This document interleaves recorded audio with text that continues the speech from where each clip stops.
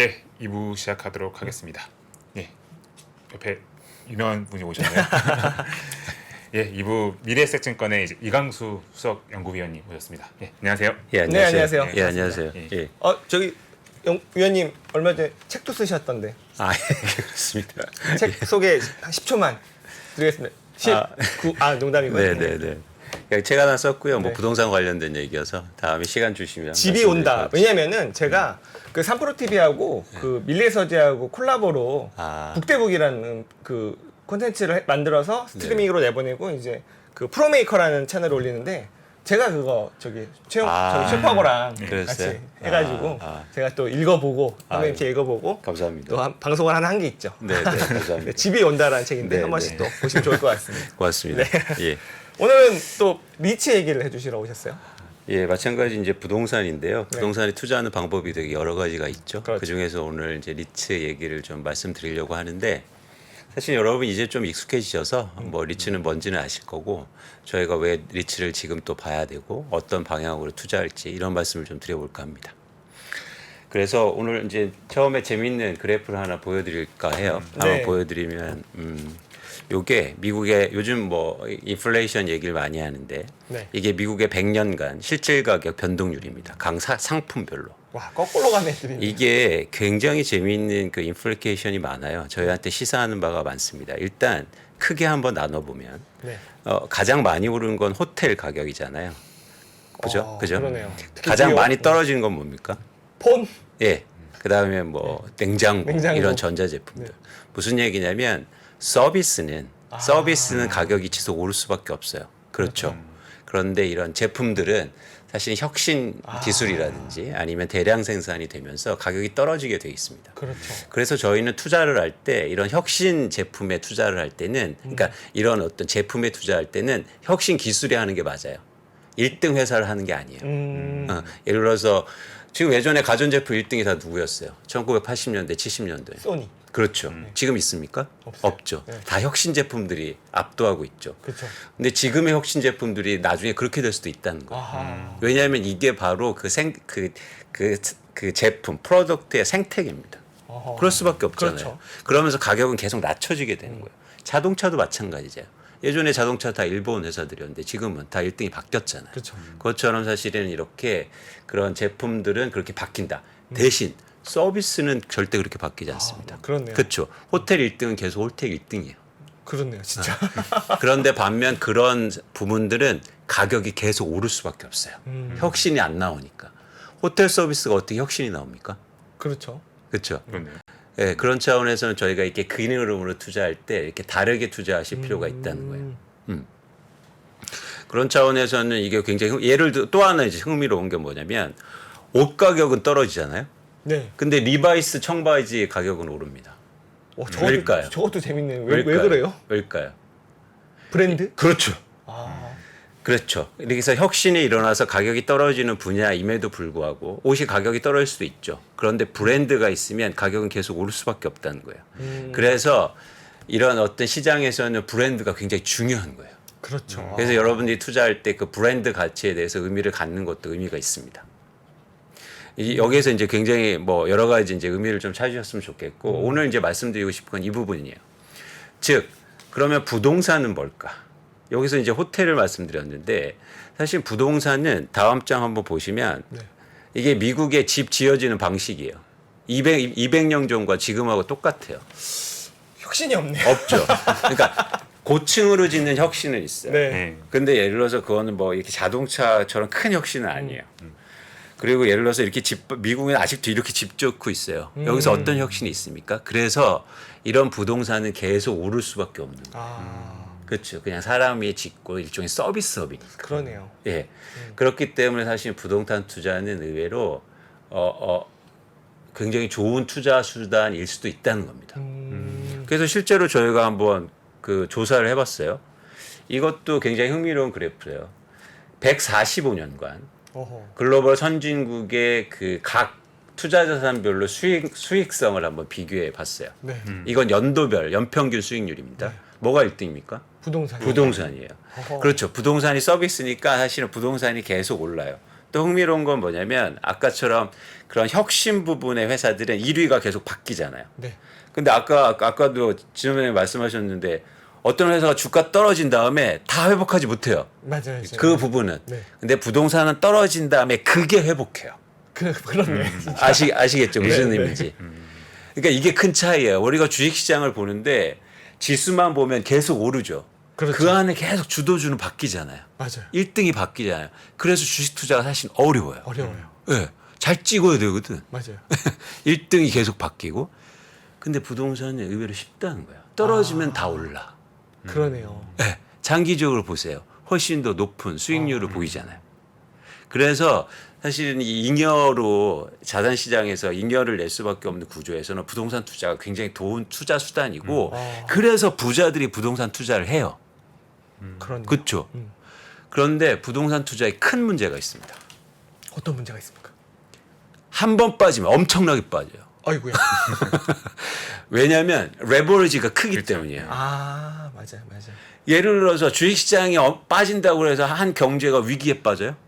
아니죠. 아니에요. 글로벌 뭐 크라이시스가 안 와요. 네. 금융위기 시스템 자체가 무너지지 않는단 말이에요. 그렇죠. 그런데 부동산이 빠지면 서브프라임이 올 수 있어요. IMF가 와요. 맞아요. 이럴 수가 있단 말이에요. 그래서 부동산은 장기적으로 보면 계속 우상하고 되게 좋은 자산이고 서비스업 일종인데 한 번 충격을 받으면 그냥 가게가 날아갈 수 있고 한 국가가 휘청일 수 있다. 야, 이 부분을 과연 어떻게 할 것인가가 사실 관건이에요. 그죠? 자, 그러네. 부동산 투자는 해야 되는데 이 충격을 어떻게 해야 될 거냐. 그래서 가장 좋은 방법은 사실 이거죠. 비쌀 때 안 사고 쌀 때 사는 거. 그렇죠. 그게 됩니까? 어려워. 그게 어려워. 그러면 다 부자 되겠죠. 그러니까요. 네. 그래서 되게 힘든 거예요. 부동산 투자가. 근데 이 그래프를 흥미롭게 보세요. 이게 미국의 그래프인데 주황색 그래프는 미국의 상업용 부동산의 흐름입니다. 그러니까 주택 가격도 이렇게 움직였다고 보시면 돼요. 어허. 근데 이제 서브프라임 때 예를 들어서 150까지 가다가 한 105로 확 빠지잖아요. 야, 단순간에. 무섭다, 형. 근데 까만 그래프는 뭐냐면 홈 오너십 레이시오예요. 자기 집 보유율. 근데 올라갈 때 자가 보유율이 올라가죠. 네. 근데 빠질 때 어떻게 됩니까? 와, 다 쭉 빠지네요. 다 팔아요. 자기 집을. 살고 있는 집마저. 털리는 거예요. 그러니까 보통 부동산이 이래요. 확 빠지니까 놀래가지고. 놀라갖고 막 주식은 그래도 버티기라도 하고 이러는데 업종 막 팔게 돼. 아. 이자 비용도 증가하고 부채가 확 증가하니까. 그래서 사실은 부동산 투자가 엄청 사실 힘든 거예요. 그러네요. 아무나 못하는 거예요. 이게 돈 벌었다고 하지만 사실은 이 안에서 돈 벌기가 굉장히 쉽지 않다는 겁니다. 그래서 결론만 말씀드리면 가격은 계속 장기로 보면 올랐는데 한 번 충격을 받으면 이렇게 빠질 수 있다. 충격을 받았어. 근데 이제 이런 말씀드리면 이제 많은 부동산 전문가들 이런 말씀하세요. 뭐 서브프라임이나 뭐 이게 IMF는 예외적인 거다. 아니 근데 예외적인 게 중요한 겁니다. 그렇죠. 그 예외적인 걸 우리가 두드려 맞으니까. 그렇죠. 예외적인 거에서 기회가 생기는 거지. 예외적인 걸 안 보려면 왜 봐요? 그렇죠. 그냥 뭐 관심 없이 그냥 살면 되는 거죠.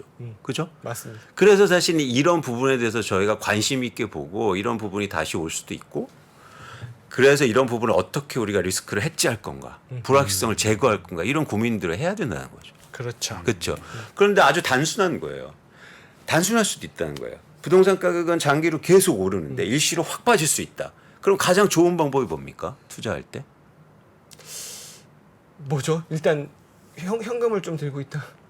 근데 빠지면 보시는 것처럼 더 빠질 것 같아서 못 사. 못 사. 그리고 오를 아, 거면 네. 더 오르실 것 같아서 사고. 내 돈으로만. 안 돼요.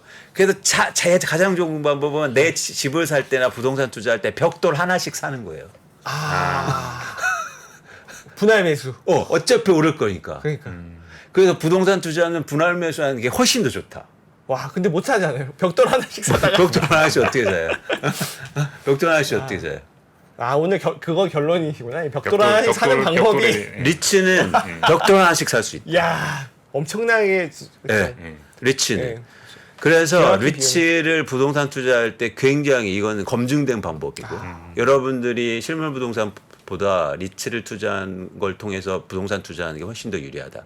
자, 이런 얘기 하시면 리츠도 주가처럼 빠지잖아요. 빠집니다. 네. 근데 그때 사면 되는 거예요. 계속 사는 거죠. 그래서 일부 국가에서는 리츠를요 ATM 머신에서도 팔아요. 퇴근하면서 한 주씩 사는 거예요. 야. 괜찮죠? 아무 생각 없이 벽돌 사는 것처럼. 그렇죠. 그런데 이것도 어차피 주식이다시 이제 타이밍이 있잖아요. 네. 근데 아까 말씀드렸죠. 이거는 빠진 게 그대로 오를 수 있다. 그게 오르는 시장이 오르는 게 아니고 그게. 네. 근데 요즘 리츠 주식이 좀 안 좋거든요.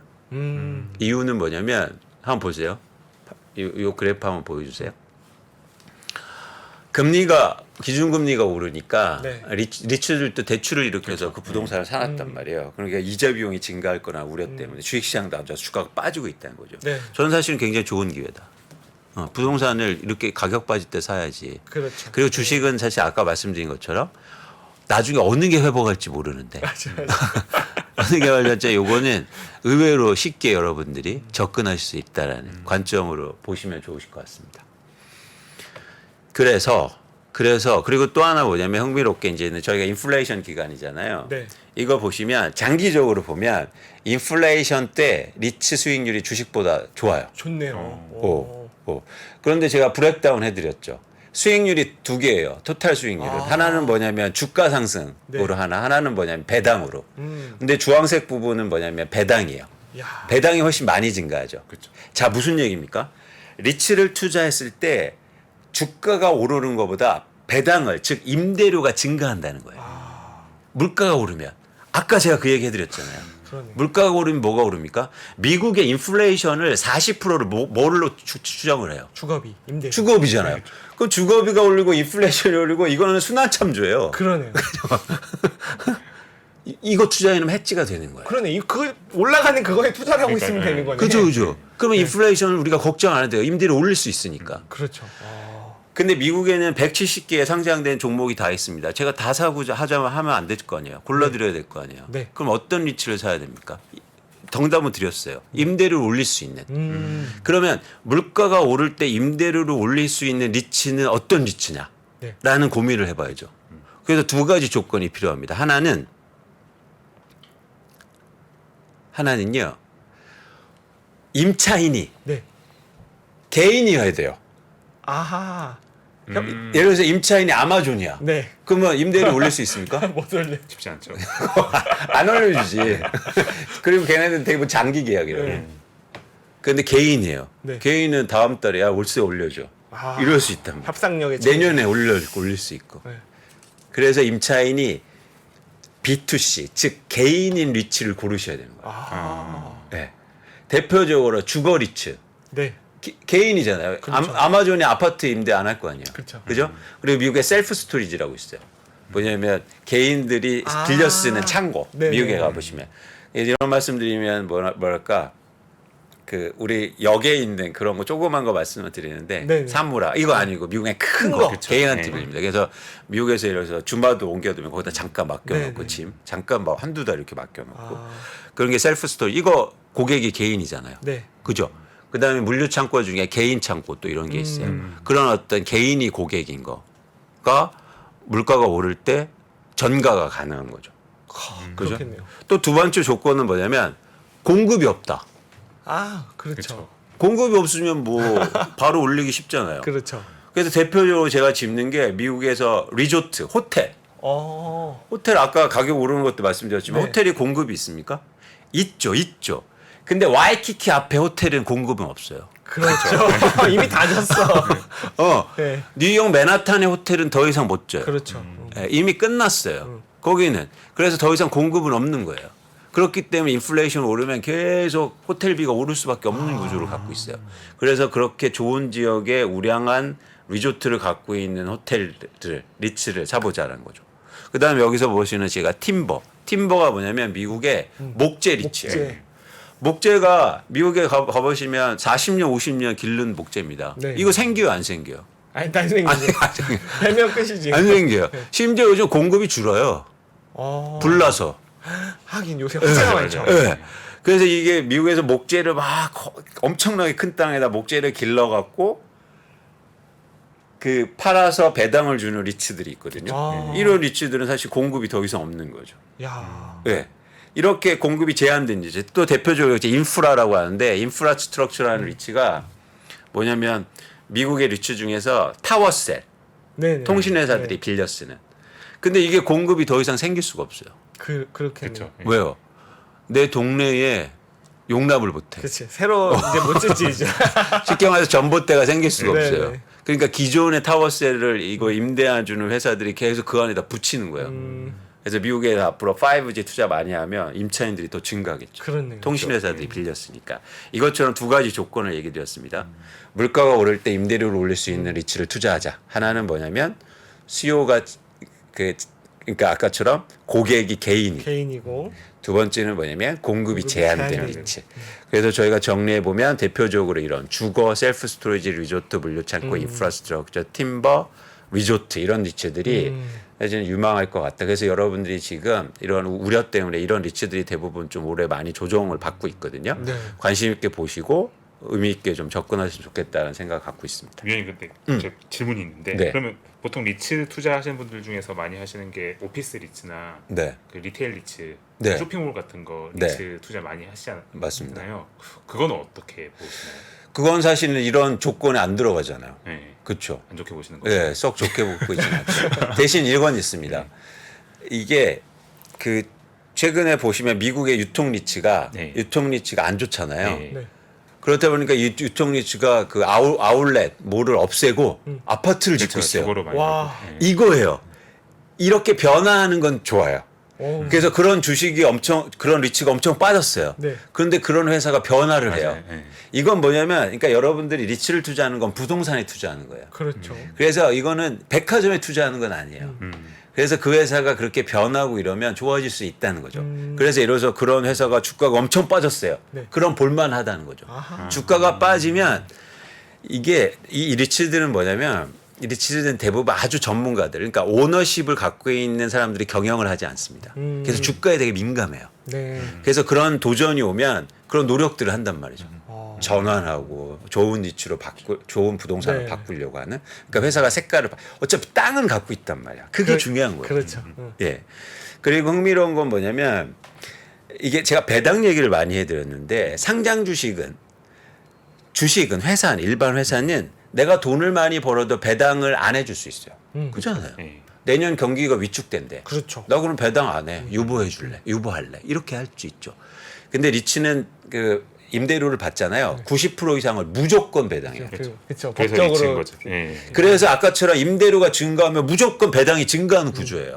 그죠? 그렇죠. 예를 들어서 한국의 회사들이나 미국의 회사들이 돈을 벌면 많이 벌어도 안 해줄 수 있단 말이에요. 그렇죠. 근데 이거는 가능하단 말이에요. 그래서 임대료 올라가는 게 바로 나의 배당 이익의 증가까지 연결될 수 있다라고 보는 거죠. 그래서 한번 보시고 또 하나 이제 말씀드릴까 아까 최근에 이제 주가가 빠지는 이유가 이 그래프 봐주시면 주가가 빠지는 이유가 대부분 리츠들이나 부동산을 아까 레버리지를 많이 일으켜서 사니까 뭐랄까 그 금리 이상되면 얘네들도 이자 비용 증가하니까 배당이 줄 수 있겠다 이런 우려들이 생기잖아요. 네. 근데 실제로 이제 미국 리츠만입니다. 미국의 현재 갖고 있는 차입의 평균 만기가 87.4개월이에요. 몇 년? 고정금리로. 7년. 그, 8. 아니요, 예, 그렇죠. 뭐 한 6년 이 정도. 6년. 예, 예. 그러니까 뭐냐면 지금 기준금리 올리는 게 물론 센티멘탈하게 안 좋지만 네. 실제로 이자 비용이 증가하는 것까지 연결되기에는 아직 시간이 필요하다는 거죠. 그래서 이게 기초적으로 그것 때문에 막 이게 배당이 확 줄거나 금리 올라서 이런 우려들은 있지만 사실 이런 부분을 좀 감안하시면 좋겠다라는 말씀을 드립니다. 고정금리라는 거네요. 그렇죠, 그렇죠. 대출을 했는데 고정금리로 대출. 아파트를 샀는데 고정금리로 대출 받았다는 거예요. 예, 예. 그래서 한 5년 이상은 뭐 올려도 크게 영향은 없다라고 보시면 좋으실 것 같습니다. 그럼 지금은 금리가 높으니까 지금은 새로운 자산을 편입 많이 안 하려고 하겠네요. 그렇죠, 그렇죠. 예. 지금은 그런 높은 금리로 해서 살려고 하니까. 예. 예. 그래서 아까 갖고 있는 자산을 좀 바꾸거나 좋은 자산 그런 노력들을 많이 하는 거죠. 근데 이런 게 이제는 한국에도 이런 리츠 시장이 굉장히 커지고 있습니다. 그래서 이 그래프 봐주시면 제가 언제까지인가요? 뭐 한 10분 정도. 좋습니다. 네. 네. 요거 보시면 한국에서도 상장 리츠가 굉장히 많아지고 있어요. 그래서 지금 상장 리츠가 한 20개 정도 되고 시가총액은 아직 뭐 7조 정도 돼서 전체 시가총액 대비해서 뭐 1%도 채 안 되지만 한국의 리츠도 계속 커지고 있는 그런 상황입니다. 네. 그래서 여러분들이 이게 리츠는 사실 부동산 투자기 때문에 그래서 투자해 놓고 한번 가보기도 하고 이런 맛이 좀 있거든요. 그렇죠. 근데 지금 이제 미국 가긴 좀 그러니까 예, 이제 한국에 리츠 투자하시면 뭐 이렇게 가보실 수도 있고 굉장히 재밌는 리츠들이 많아요. 근데 아직 이제 한국의 리츠들은 좀 종류가 제한돼 있죠. 아까처럼 미국은 굉장히 다양하거든요. 근데 한국 리츠는 뭐 예를 들어서 대표적으로 오피스, 물류 뭐 이런 쪽에 이제 포커스가 많이 있고 이제 좀 주택도 좀 나오고 있고 그런 부분의 리츠가 상장되고 있고 계속 한국의 리츠가 성장하고 규모가 커질 것으로 저희가 보고 있습니다. 그래서 이것도 굉장히 흥미로운 그래프인데요. 그 리츠 시장이 활성화되는 이면에는 또 실물 부동산의 위축도 약간 연관이 돼 있어요. 아무래도 부동산이니까요. 그래서 같이 일종의 그러니까 투자로 보면 약간 경합관계. 네. 그러니까 실물 부동산 투자가 되게 좋다. 네. 그러면 굳이 리츠? 아. 이런 거죠. 그러니까 막 네. 아파트 가격 뭐 오르고 네. 막 이러면 굳이 리츠? 뭐 이런 건데 뭐 꼬마 빌딩 사시고 네. 뭐 이런 건데 실물 부동산 가격이 좀 위축되면 리츠 시장이 확 커질 수 있어요. 구조적으로. 그래서 대부분 선진국들이 리츠가 커진 이유예요. 선진국들은 사실 실물 부동산을 투자로 많이 하지 않아요. 아. 미국의 가계 자산 중에 뭐 부동산이 얼마나 차지하고 있습니까? 대부분 주식이 많죠. 투자 그렇죠. 자산 중에. 그렇죠. 그죠? 그건 예전에는 안 그랬거든요. 아. 예전에는 뭐 하우징 투자도 많이 해놨고 이러는데 네. 점점 그런 경제 발전 속도가 이제는 뭐랄까 성장 속도가 늦춰지고 이러면 자산의 구조 자체가 바뀌게 돼요. 이제 한국은 이제 그런 단계에 있을 수도 있다는 건데 사실 이 그래프는 굉장히 흥미로운 그래프예요. 미국, 일본인데요. 네. 일본의 부동산 가격이 1980년대 후반에 엄청나게 상승했다가 이제 1990년대 초반에 이제 폭락하기 시작하잖아요. 근데 네. 잃어버린 2, 30년 뭐 이런 얘기 하잖아요. 네. 제가 1990년대 초의 학번인데 일본어가 필수 교양이었습니다. 그런 시절이 있어요. 네. 일본이 최고의 국가니까 그렇죠. 경제에 우리 다 일본어 배우고 일본 경제 공부하고 일본 기업들 증권회사 입사하면요. 네. 그 노무라 증권 스터디 했어야 돼요. 그랬던 거 그런 같아요. 시절이 있어요. 네. 그런데 보세요. 이제는 20년 동안 부동산 가격이 빠지는데 구조적으로 계속 안 좋고 빠지면서 2000년대 초반에 일본의 상장 리츠가 이제 시장이 성성되기 시작합니다. 아, 그러네요. 근데 지수만 보세요. 이게 물론 지수기 때문에 시장이 커졌다고 보세요. 그러니까 그만큼 뭐 주가가 뭐 2배 올랐다 이건 아니고 그만큼 상장도 많이 됐고 했죠. 시장이 활성화됐다는 건데 지수가 거의 뭐 한 5년 이내에 한 2배 그러네요. 이상으로 올라가지 않습니까? 그러니까 그만큼 리츠 시장이 되게 커질 수 있다는 거예요. 한국에서도. 그래서 그런 부분에서 여러분들이 한번 리츠에 관심을 가져보시고 이건 비단 큰 시장의 흐름뿐만 아니라 여러분들의 포트폴리오에서도 의미 있게 보실 필요가 있다. 그리고 저는 쉬운 투자를 지향합니다. 그러니까 막 저희가 투자하면서 막 어렵게 기술을 공부하고 중요하죠. 네. 그거 중요해요. 그런데 그런 기술들은 아까처럼 혁신이 이루어져서 막 꼴찌 회사가 1등 되고 이런 회사들 분명히 나오죠. 네. 근데 어렵잖아요. 어려워요. 어렵죠. 네. 근데 보세요. 이건 쉽단 말이에요. 네, 제가 쉽게 말씀드리는 것도 좀 있겠지만 그래도 그런 차원에서 좀 의미 있게 이런 리츠를 보셨으면 좋겠습니다. 일본 리츠는 요즘 어떤가요?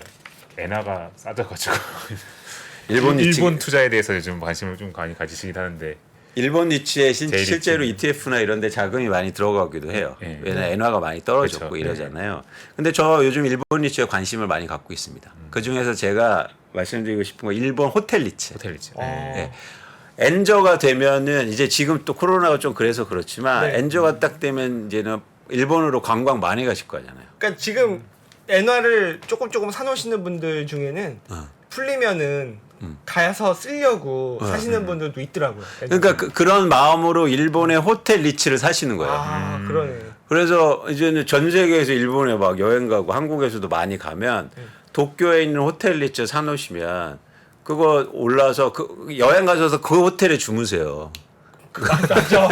그래서 나 여기 주인이니까 나 여기 문고리 하나는 내 거다. 문고리 하나는 내 거다. 이런 기분을 그러니까 이게 투자는 그런 재미로 하는 겁니다. 그러네요. 그런 그런 재미가 재미가. 있네요. 그래서 우리가 그런 재미를 통해서 여러분들이 보시고 그런 측면에서 일본 리츠 저 요즘 관심 있게 특히 호텔 리츠 관심 호텔 있게 보고 있습니다. 그렇겠네요. 왜냐면 지금 아직 개인 관광이 아직 닫혀 있는데 일본이 그것만 열리면은 그럼요. 가겠다는 분들 되게 많아요. 그럼요. 그리고 언젠가 열리게 돼 있잖아요. 네. 그리고 일본이 사실은 예전에도 한국 분들이 코로나 전에도 한국 분들이 굉장히 여행을 많이 갔고 뭐 온갖 소도시를 다 다니셔가지고 그렇죠. 중국도 굉장히 많이 가는 네네. 여행을 많이 가는. 근데 거기다 엔저까지 됐으니까 사실 여행객들이 많이 몰릴 수 있죠.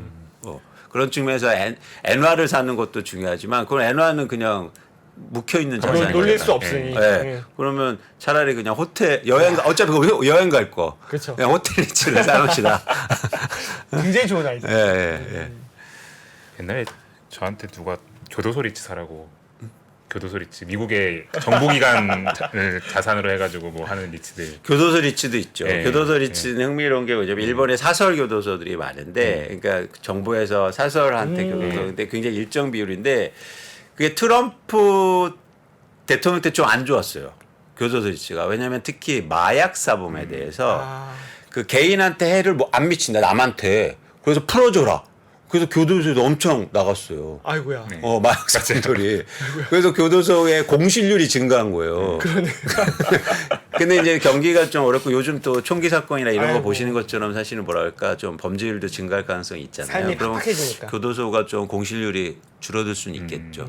그리고 공실률이 흥미로운 게 뭐냐면 그 교도소가 미국의 교도소는 흥미로운 게 뭐냐면 교화의 목적이 있습니다. 그래서 교육도 많이 시켜요. 그래서 교육비도 굉장히 높아요. 와 그렇겠다. 네. 그래서 미국의 리츠 보시면 굉장히 다양한 리츠가 많아요. 아까처럼 나무 리츠도 재밌는 있죠. 리츠 많더라고요. 광고판 리츠도 맞아요. 있어요. 그래서 그러니까 이렇게 고정돼서 계속 뭔가 일드가 즉 배당이 나오는 자산은 모든 걸 리츠화 될 수가 있다는 거예요. 그래서 그런 차원에서 여러분들이 어려운 시기죠. 요즘 어려운 시기죠. 여러분들이 뭐를 투자할까 이런 고민들을 많이 하실 텐데 전 이런 생각 갖고 있습니다. 이럴 때 변하지 않는 것에 대한 고민. 뭐가 변하지 않을까? 그래서 아까처럼 제가 긴 얘기도 드린 이유가 사실은 변하지 않는 것들을 긴 이야기에서 찾을 수 있는 거예요. 그것처럼 똑같이 된다는 건 아니에요. 그 대신 분명히 저희가 투자를 하는데 내일 해가 떠. 얘 투자할 수 있으면 얼마나 좋습니까? 그러니까. 근데 잘 여러분들이 고민하시면 그런 것들이 있어요. 변하지 않는 것들. 그래서 그런 부분에서 오늘 그런 변하지 않는 것에 관한 얘기를 좀 해드렸습니다. 그게 바로 일단 리츠. 리츠. 그죠? 아 오늘 너무 재밌는 얘기 네. 많이 해주셨어요. 네. 아 정말 흥미롭네요 리츠. 그죠? 네. 관심도 좀 가고 또 다행입니다. 일본의 호텔 리츠도 좀 관심 가고. 그래서 가고 싶은 거 아니세요? 좋은 시절이 오면 네. 일본의 호텔을 한번 가보시고 또 일본의 서비스업이 되게 좋잖아요. 아 맞아요. 네, 음식도 뭐 저희한테 막. 아 오늘 너무 유익한 시간이었어요. 예. 아 너무 잘 들었습니다. 감사합니다. 예. 네 고맙습니다. 감사합니다. 네.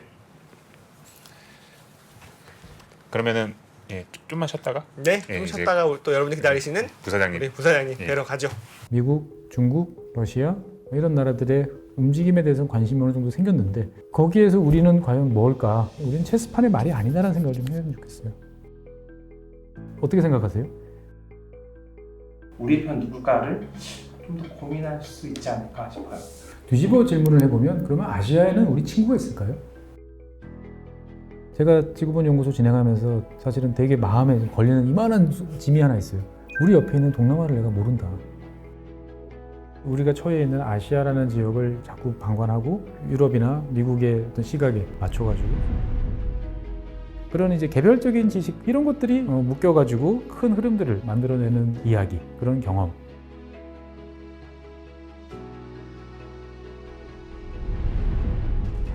작고 잡다한 지식이라도 그것들을 절대 무시하지 말라. 나는 그건 되게 긍정적이고 그런 지식들을 연결해서 말 그대로 위즈덤이잖아요.